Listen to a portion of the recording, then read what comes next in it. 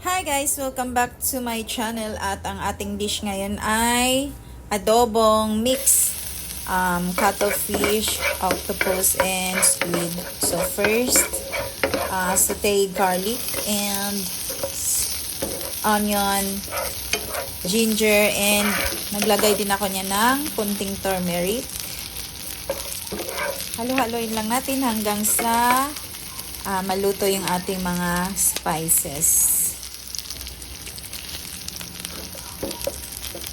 Then, i-add na natin ang ating squid, cuttlefish, and yung kunti lang naman yung octopus dito guys, mga tatlong piraso lang. Then, halo-haloin hanggang sa maluto. Naglagay din ako dyan guys ng cayenne pepper, ground pepper, and kunting soy sauce, and salt.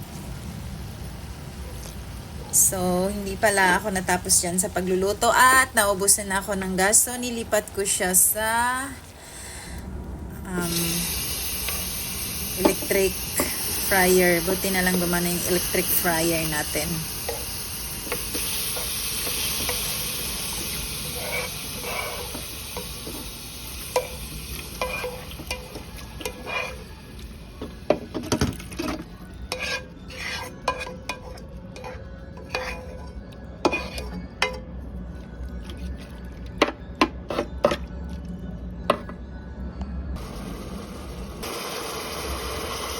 Then, nag-add ako dyan ng calamansi juice instead of vinegar. So, I like calamansi than vinegar. So, yun na yung in-add ko. And then, green long pepper. And, moringa or malunggay. That's my favorite leafy green. It's yummy. And rich in vitamins and minerals.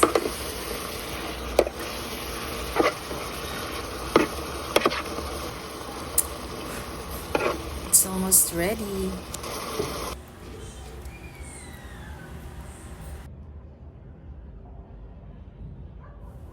Tara, kainan na! Let's eat!